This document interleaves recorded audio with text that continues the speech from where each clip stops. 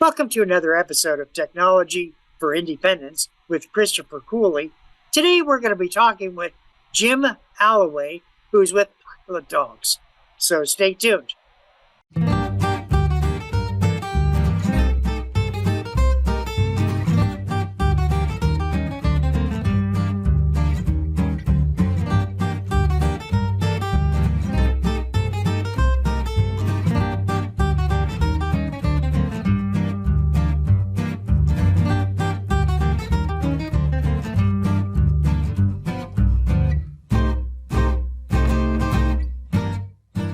Welcome to another episode of Technology for Independence with Christopher Cooley. Today he's going to be talking with individuals at the Pilot Dogs training program, in particular with Jim Alloway. You know, Chris, it's always a pleasure talking with you. I reached out to Pilot Dog to invite them to come on with me because they have gave me so much independence throughout my lifetime. I've had about 6 or 7 dogs, and I have to say, every one of those dogs have gave me independence.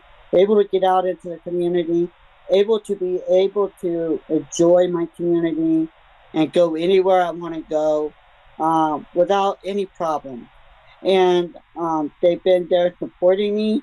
The doors that have been open, Ohio House Bill 121, Pilot Dog was there supporting that for Ohio Service Dog Awareness Week.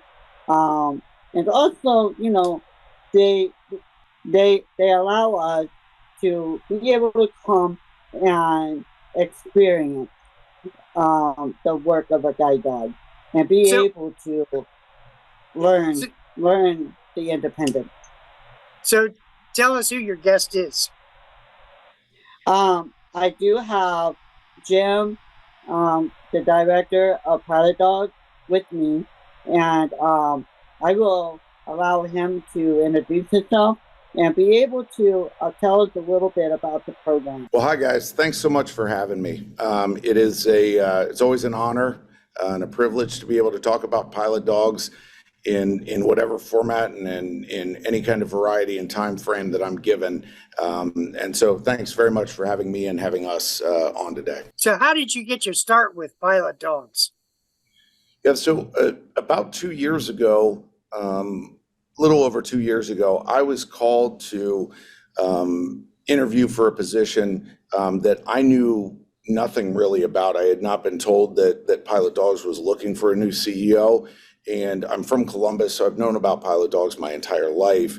And just through a series of conversations with a firm that Pilot Dogs had engaged to find the new CEO, ultimately I was continued through the interview process and lucky enough to ultimately end up in this position. So Jim, I'm going to ask some real basic questions because I am not disabled with bad vision, or I need a guide dog or pilot dog. But I'm just curious, what's the difference between pilot, service, and guide dogs? Yeah, so great question. So guide dogs is the generic term for any dog that is assisting with guiding. Service dog is probably a higher level umbrella that is just any dog that provides service. So you could technically say that a police dog is a service dog, a dog that helps out a military veteran is a service dog, a guide dog is a service dog, a hearing dog is a service dog. So service dog is the most broad category. Guide dog is then a subset of it, and it's very specialized. Now, Pilot Dog is differentiated in that most of us have heard of a guide dog or a seeing eye dog. Well, actually, seeing eye dog or Pilot Dog, those are school names. And so even though we use the term seeing eye dog generically, a seeing eye dog technically comes from a school called the Seeing Eye, or a Pilot Dog comes from our school. Somewhere along the way, a couple of the schools started calling themselves blank guide dogs or guide dog. And so they took the generic term and it's incorporated in their name. And so it's a little murky. I've got it straight now in my head and it's taken a little while. But ultimately we're talking about dogs that assist with independence for the visually impaired or those that are blind. Chris, you have a pilot dog. When did you decide to get involved with pilot dog? Well, late 1990s, about 1997 and early 2000, I lost my vision, and when I felt like I lost everything, and I was scared of dogs, probably 1998, 1999, somewhere in that area.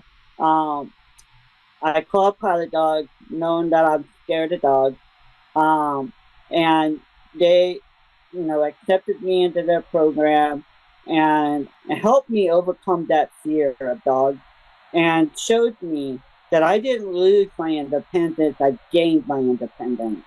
And that's how Pilot Dog helped me. I was scared when I came there to the school. Like I said in the past, when I got there, I thought these dogs were gonna jump on me, lick me, shake at me, bark at me, growl at me, but none of that ever happened. When I had my first dog, he came into the room and he laid his head down on my lap and looked up at me, and I can imagine what he said. "I'm here when you're ready." He didn't shake, didn't lick me or anything. And so that's why I like to stay with Pilot Dogs and get all my dogs with Pilot Dogs, because I know that they care. And they took that time to help me overcome something that I didn't think I would ever overcome. Chris said that he was accepted. I'm assuming that if I need a guide dog, all I have to do is contact Pilot Dogs and I get the dog. Is that correct? Yeah, on one level, that's correct. But for the most part, no, that's not correct. Certainly, if you would apply, and we'd love for you to apply, the answer is going to be no, because you are not legally blind. You don't meet the base threshold of what is required to get a dog. And so there are a handful of very easy tests like that, right? If you are highly allergic to dogs and any dog that you get is going to send you into some kind of shock, then we're probably not going to get a dog for you. If you're not legally blind, we're not going to get a dog for you, and on down the line.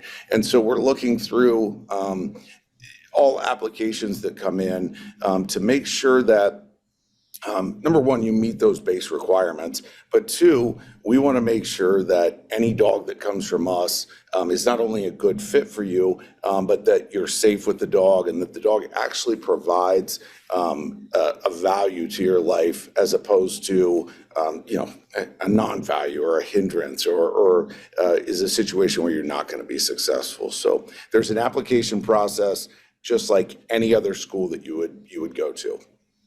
And so, Chris, when you applied, is the guide dog that you received, is this the first guide dog, or how many guide dogs have you had? I want to say between 5 and 7. I can't count them, but they all have retired. Some have, most of them have passed away. When I first signed up, I had to fill out the application, go to my eye doctor, and he had to evaluate my eyesight to make sure that I was at the level of that requirement to be able to get the guide dog that I needed and wanted. And so that was the process that I had to go through. And then after I did that, they came out and did a Juno walk, which the Juno walk means they have the harness.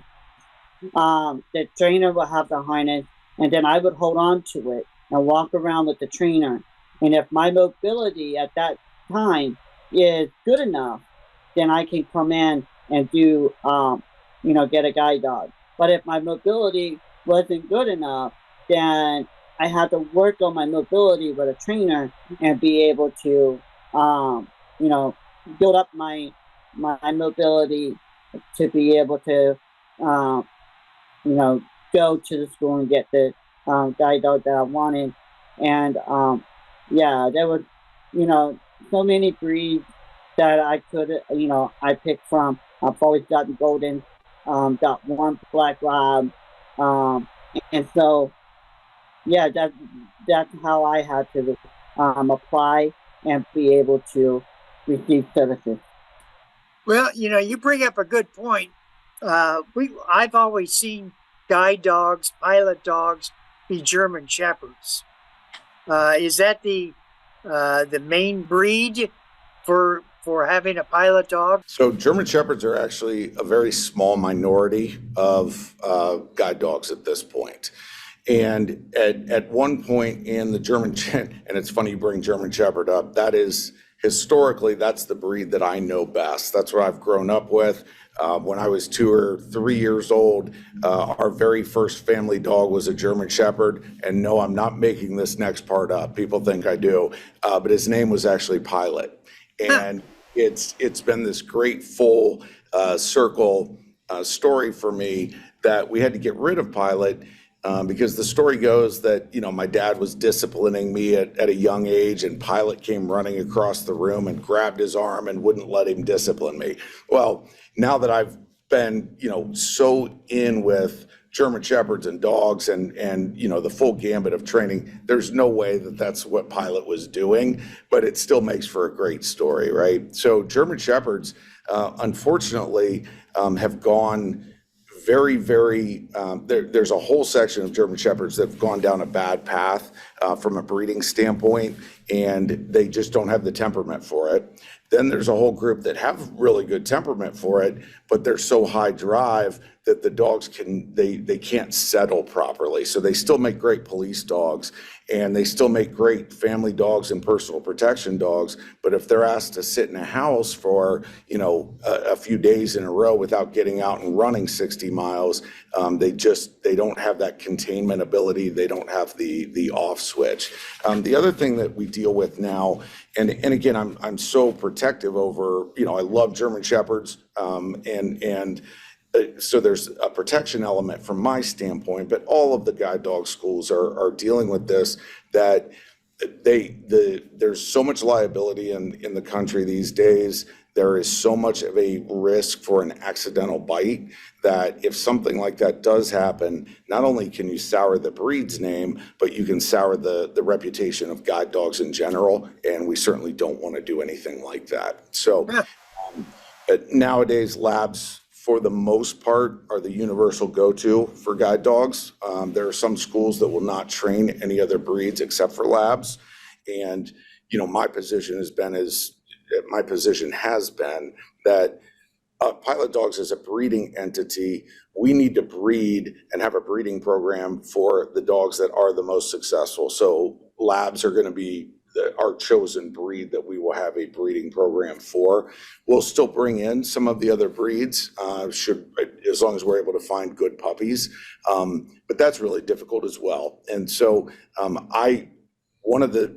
it's not a change that I've advocated for, but I think there's been a shift, and maybe it started before I got here, that offering a variety of breeds can be really, really cool until you start compromising standards just because you want to let a breed in, or, we know that Chris absolutely has to have a Pomeranian, and so we do everything in the world we can to make this Pomeranian work. And really, the Pomeranian had no business being a guide dog. And I take that very seriously, that we're not dealing with an agility dog or a sport dog or even a family pet. We're talking about a dog that is going to save a life or has to make sure that their work ethic and their work standards are high enough that we're not compromising life, right? And so it's more, I would much rather say to somebody, I'm sorry, we're not going to be able to offer Pomeranians. However, I'm promising you that this guide dog that we are training for you is going to be of the highest caliber, and will have training standards that are above and beyond what most people have imagined, and will continue to get more strict as the years go by. And so that's kind of what pilots evolved to, and I think a lot of the other schools have as well. So we'll still try to find good German Shepherds. We'll still try to find good, Dobermans. They're just they're tougher and tougher to find, and from a breeding standpoint, you can't really concentrate on more than having one breed from a breeding stock standpoint. What breed do pilot dogs have? So the breeds that we still have are Labs, Golden Retrievers, German Shepherds, Poodles, and the occasional Doberman. The Doberman's kind of on that cusp that if we could find a great puppy, we would be glad to buy the puppy and take a chance on the puppy. That is a breed that has become so inbred. They're having such massive health issues, and they can't really get themselves out of it.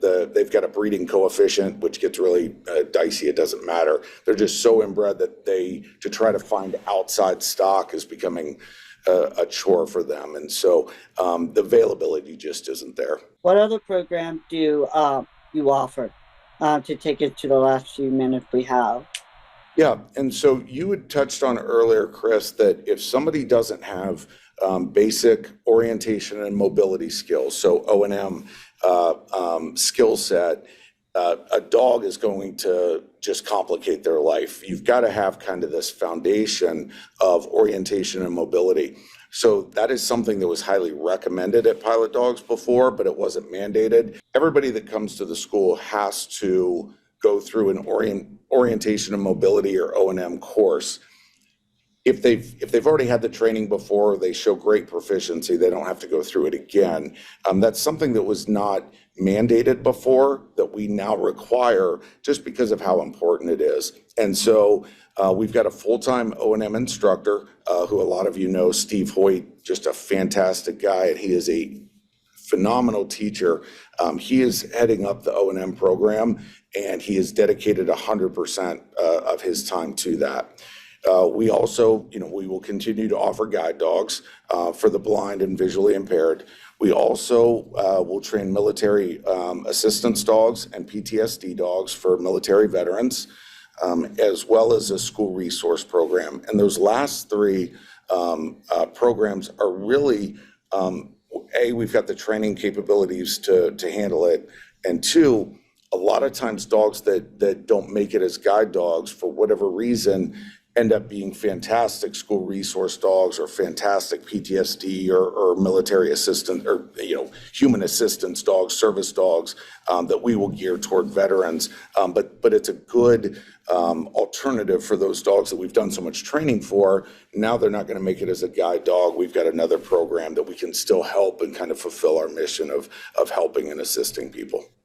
Well, how long does it take to train a dog? If you mean a guide dog specifically, yes, it takes about 2 years. And so a lot of what I've brought to Pilot Dogs, I've got a lot of things in my background, but I've been training dogs since I was 5 or 6 years old. And the analogy that I've continued to bring up to everybody is in regards to waiting. Traditionally, we would wait until the dog was 12 or 14 months, bring the dog back from their puppy raiser, which we now affectionately call co-pilots, and then the guide dog training would begin. And I have said from day one that we need to start that a whole lot earlier.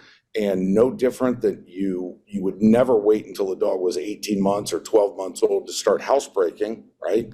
And the reason for that is the level of importance that housebreaking plays in anybody that owns a dog's life. Well, why would we wait until the dog's 12 or 18 or 14 months to begin all of these other skills that are so vitally important when we can start them earlier now? And as long as you know what you're doing with training and you've got a good team around you, which we do, we've got a fantastic team here, we can start doing things with puppies that are 8 weeks old that traditionally were reserved for the dog being 12, 14, 18 months old, whatever it is. I keep saying those numbers because they've varied over the years. And while we're evolving to a 18-month return of the dog from their co-pilot, historically it's been in that 12 to 14 month old window. And how much does it cost for an individual that wants to come to Pilot Dog? That is a great question, and I can proudly say it doesn't cost a thing. And we're now trying to make it cost even less, which I know doesn't, we're not going to pay people to come to the school, but we're trying to make sure that even when you travel, a luggage fee or a meal here and there, we're trying to make sure that there's just no cost whatsoever, make the process as stress-free and enjoyable as possible. Now, when you go home with your dog, traditionally, I think we gave a couple $100 a year for a vet visit and some food. Now we are offering Right. pay for everything that is routine and regular in the dog's life. We will pay for the life of the dog. So that includes an annual vet exam, that includes your heartworm medicine, that includes your food, that includes everything to care for the dog. For the most part, I'm sure there's an asterisk and some small writing, some fine print, but we try to care for and pay for as much as we can to kind of relieve our students of that burden. How long does it take for a new owner to get acclimated to the dog? Like, for instance, if Chris needs another dog, how Yep. long would it take for him to be adapted to that animal? Yeah, I think that's a great question. And so I'd love Chris's response since he's had so many of them. But there is a standard when it comes to dogs, and this is not a debatable number. It takes a dog about 6 months to bond with somebody, okay? Now, that doesn't mean that after a day or two or three, you're feeding the dog, you're walking the dog, you're caring for the dog, that the dog's not going to come to you and show affection to you. When students come to our school, they start training with the dog, the day after they receive their dog. So that's part of our training process and our acquisition process, okay? But the dog doesn't truly bond with somebody, for another 5 months, 6 months, okay? So during the course of that time, though, that acclimation is either accelerated or decelerated based on what the student does or what our graduates do with the dog. So there's a lot of coaching that we provide to make sure that you're not doing things to harm that relationship and you're actually doing, the positive things to promote it as much as possible, okay? Most of the people that I've ever dealt with in helping acquire an older dog, they always say like, yeah, everything was great. Man, at 6 months, there just seemed like there was like this solidification thing that took place. And so, all dogs are different a little bit. So one dog may take a little bit longer than the next dog. There's that window. If we've got a dog that were to take 12 weeks of ownership before somebody could work with them, that's probably not going to be a good candidate for us. That would be a dog that washes out of the program because we just don't have that kind of time frame. When somebody comes to our school, they're here with us for a couple of weeks. And so a dog that were to take much longer than a day or two to be able to work with somebody is not going to work for us. Most of the time, the 6 weeks that, in the past, it's been 6 weeks to work with the dog and work with the trainer.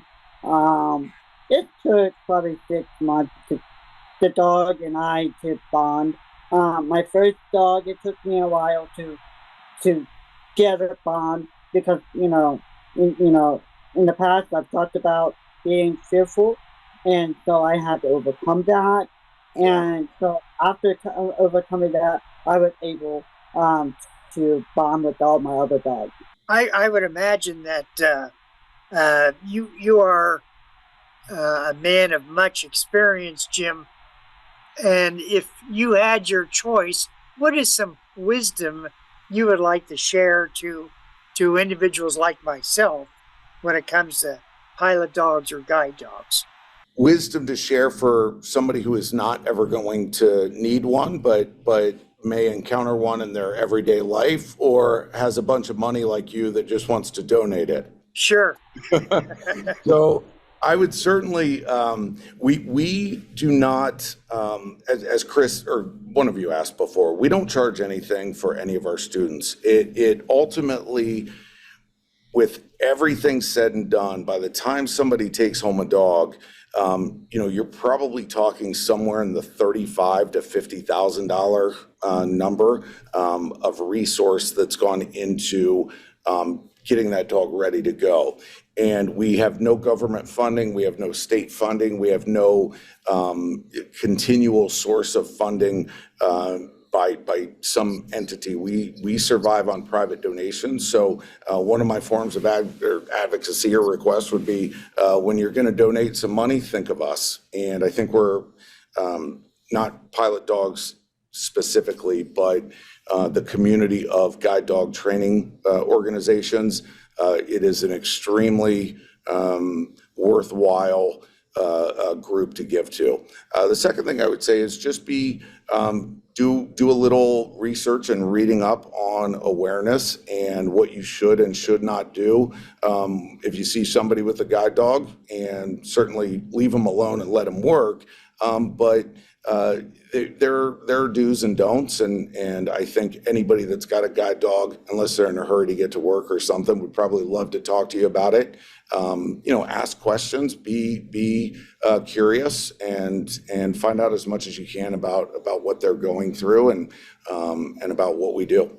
Perhaps Chris can have you come back on the program and talk more about pilot dogs, guide dogs, and service dogs. I thank you guys so very much. This has been great, and as you said, it's only really scratching the surface of a lot of questions and a lot of information. I will always be available, and would love to come and do it again. You guys have been great. I would love to welcome you back to talk more about co-pilot and more into the training aspect. What does the trainers do, and how long it takes them to what kind of training, what does the guide dog do, does it stop at the curb, does it take you around, what's it really mean? Hey, we're talking with Christopher Cooley, who is a tech ambassador with the state of Ohio, and Jim Alloway with the Pilot Dogs. Thank you, learned a lot, and appreciate you coming on.